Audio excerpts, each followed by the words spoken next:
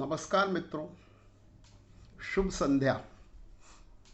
आज 6 मई है और हमारा ये छठा एपिसोड है।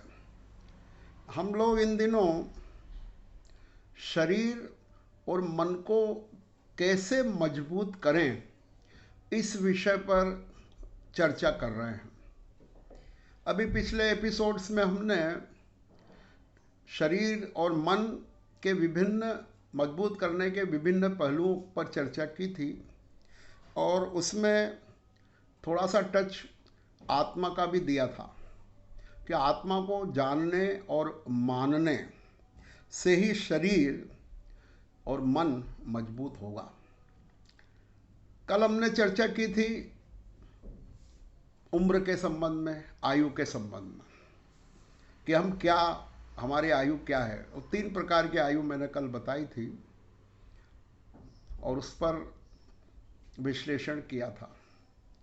आज मैं सुबह से सोच रहा था कि किस विषय पे बात की जाए, क्योंकि स्वास्थ्य एक बहुत विस्तृत क्षेत्र है।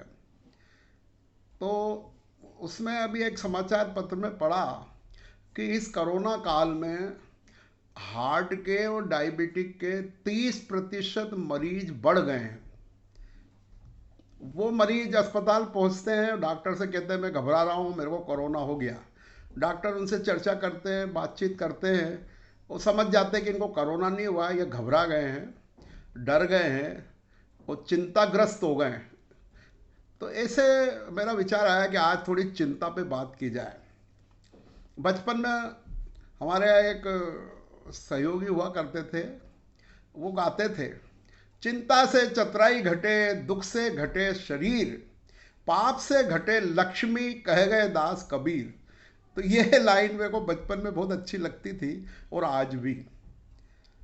ऐसे ही चिंता एक ऐसा शब्द है जो चिता से साम्य रखता है। चिंता और चिता में ज़्यादा फर्क नहीं है। चिंता भी वही है, चिंता व्यक्ति को तिल तिल मारती है। अभी आप देखिए, इन दिनों लोग चिंतित हैं, बहुत अधिक चिंतित है। ऐसा हो जाएगा, ऐसा हो जाएगा, इसमें क्या करेंगे, उसमें क्या करेंगे। टीवी खोलो, चिंता पैदा कर रहा है। व्हाट्सएप खोलो, चिंतित हो रहे हैं हम।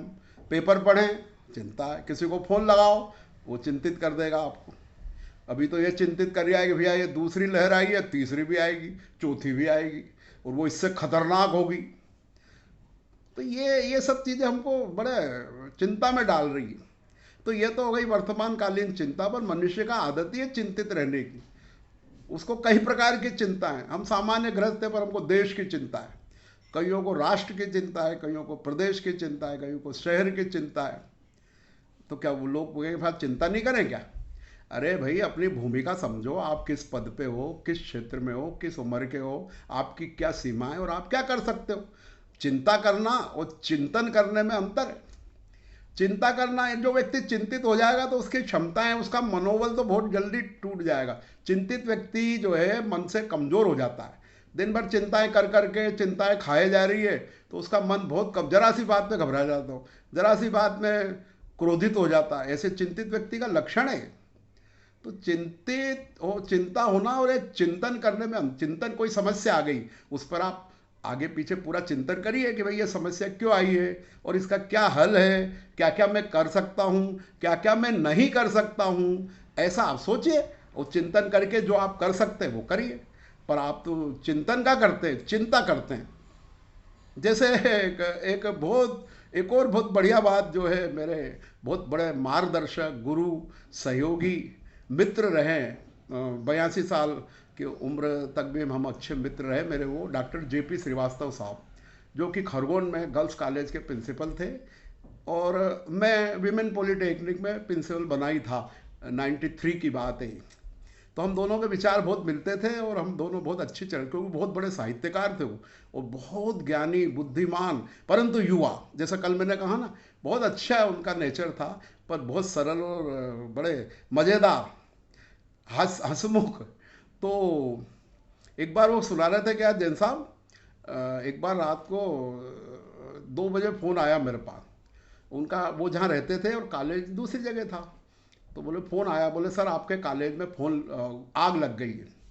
क्या फ़ोन आया? वो प्रिंसिपल थे, तो बोले कि आपके कॉलेज में आग लग गई है। तो उन्होंने कहा आपने बहुत गलत जगह फ़ोन लगाया। उसको बड़ा आश्चर्य हुआ कि यार मैं तो बताने जा रहा हूँ कि आपके कॉलेज में आग लग गई है और आपके रो गलत जगह फ़ोन लगाया। बोले सर गलत कैसे हूँ मैं? बोले भैया मैं क्या करूँगा इसमें, कॉलेज में आग लग गई तो आपको फायर ब्रिगेड फ़ोन करना चाहिए। मैं प्रिंसिपल हूँ पर मैं वहाँ पढ़ाता हूँ, प्रशासन करता हूँ, आग बुझाने का काम मेरा नहीं है। वो मुझे भी इतनी हंसी आई कि क्या जवाब दिया उन्होंने कि देखो भाई हमने क्या, हम जिस पद पे हैं, जिस काम में हैं, उतनी चिंता करें वो तो ठीक है। अब आप तो सारी दुनिया की चिंताएं लिए लिए घूम रहे हैं। ये कलेक्टर ऐसा नहीं कर रहा, बहुत खराब है, इसको ऐसा करना चाहिए। तुम क्या करोगे? तुम एक सामान्य मनुष्य हो, अगर आपको वही है कि जिला संभालना है तो आईएएस दीजिए, परीक्षा पास करिए, कलेक्टर बनिए और फिर वो सारे सुझाव दीजिए। आप तो प्रधानमंत्री बनने को तैयार है, मोदी को ऐसा करना चाहिए, मोदी को ऐसा नहीं करना चाहिए। सामान्य बात अलग है, पर आप तो चिंतित होते हैं हर बार कि उसको ऐसा करना चाहिए। अरे भाई खुद बनो, चुनाव लड़ो, बनो सांसद, प्रधानमंत्री पद पर नियुक्त हो, उसके बाद विचार करो। अरे जिसके लिए हम योग्य ही नहीं है, हमारी कोई सुनने वाला नहीं है, उसकी चिंताएं कर करके हम पागल हो रहे हैं। और हमारा जो मूल मुख्य काम है वो नहीं कर पाते, आनंदित होते ही नहीं हम।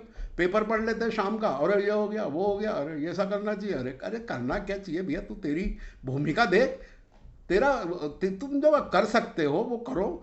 दुनिया भर की चिंताएं सिर पे लेके घूमने की, कोई ने समाज का ही ठेका ले रखा है, 24 घंटे समाज की सेवा, समाज, अरे भाई समाज सेवा ठीक है, पर जो अध्यक्ष मंत्री पद है वो उनको छोड़ो।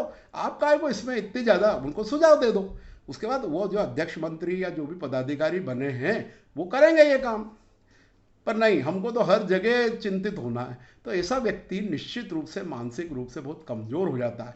मेरा यहाँ आशय कहना है कि राष्ट्र की, देश की, अंतर्राष्ट्रीय चिंताएं करना छोड़िए, वो जो व्यक्ति उससे रिस्पॉन्सिबल हैं उनको करने दीजिए। आप क्या कर सकते हो, आपका घर में क्या भूमिका है, आप पिता हैं, पुत्र हैं, पति हैं, पत्नी हैं, छात्रा हैं।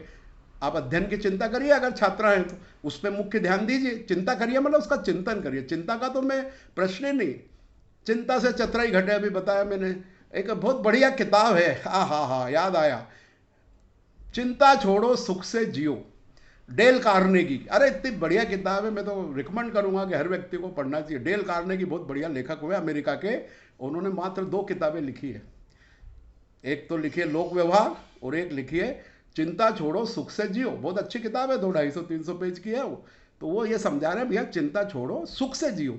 चिंता करने के वो होना जाना कुछ है नहीं, होता तो कुछ है नहीं चिंता करने से, वो काम तो सफल होता नहीं। एक और बात है इसमें, मोदी जी जो मेरे शारीरिक और मानसिक स्वास्थ्य के गुरु हैं, विठल दास जी मोदी, जिनका मैं बहुत पढ़ता हूँ, मार्गदर्शक है मेरे। तो वो कहते हैं चिंता रूपी चिड़िया को आप वश में कर लो। अर्थात जैसे चिंता है कोई चीज़ की तो आप उसका हल खोज लो कि इसका क्या हल है भाई। जैसे आपने चिंता की दूध ढुल गया, मान लो आपके गलती से गिलास से दूध ढुल गया, अब ढुल गया, उसकी चिंता करने से क्यों ढुला, कि अरे जब हो गया बस आगे ध्यान रखना कि अब नहीं ढुले, बस उसका कोई हल तो है ही नहीं। ऐसे ही मान लो आपने किसी से कठोर शब्द बोल दिए, अब उसकी चिंता कर रहे हो यार वो क्या सोचेगा, क्या करेगा। अरे तो इसकी बजाय उसका हल कर लो, फ़ोन लगा लो उसको, भैया मेरे समय यार ये गलत हो गया था, अब कोई बात नहीं, अपन नॉर्मल हैं, ये हल हो गया। अब आप उसको पाल के ही बैठे रहोगे, वो क्या सोचेगा, कैसे करेगा, जाओ। तो ऐसे जो जो व्यक्ति मतलब जैसे कहते हैं ना, आचार्य महाश्रमण जी भी कहते हैं कि चिंतनहीन क्रिया और क्रियाहीन चिंतन कोई काम का नहीं है। मतलब आप चिंता करो तो उसकी निर्णय लो ना, निर्णय लेके वो क्रियान्वित कर लो। तो ये चिड़िया जो है तुरंत उसको बोले, उनका कहना है चिंता रूपी चिड़िया को उड़ा दो, ज़्यादा गड़बड़ मत करो। ऐसे एक बात और आती है कि चिंता जो चिंता रूपी राक्षसी है ना भाई, वो हमारा बीपी बढ़ाएगी, हमारा हेमोग्लोबिन कम करेगी, यानी शरीर को भी तकलीफ पहुंचाएगी। चिंतित व्यक्ति का चेहरा हमेशा आपको ऐसा लगेगा मुर्दानगी वाला। तो ऐसे कुल मिला के नॉर्मल वे में मैं ये कहना चाहता हूँ आज कि भैया चिंता को छोड़कर चिंतन को अपनाइए।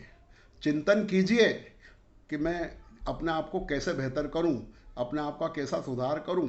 इस प्रकार से हमारा मनोबल बहुत बढ़िया होगा और हम दूसरों को सलाह देने में, हम दूसरों की मदद करने में हम ज़्यादा सक्षम होंगे।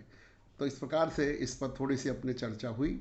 बहुत बहुत धन्यवाद। कल एक नए विषय के साथ फिर उपस्थित होंगे। एक बात और कहना थी, ये जितने वीडियो हैं वो मैंने अपने ज्ञान कणिका प्रोफेसर विमल जैन यूट्यूब चैनल है, उस पर भी मैं पोस्ट कर रहा हूँ। अगर आपको ऐसा लगे कि इसको फिर से सुनना है या अन्य किसी को भी सुनना है तो वो ज़रूर आप उसको शेयर कर सकते हैं। धन्यवाद सर।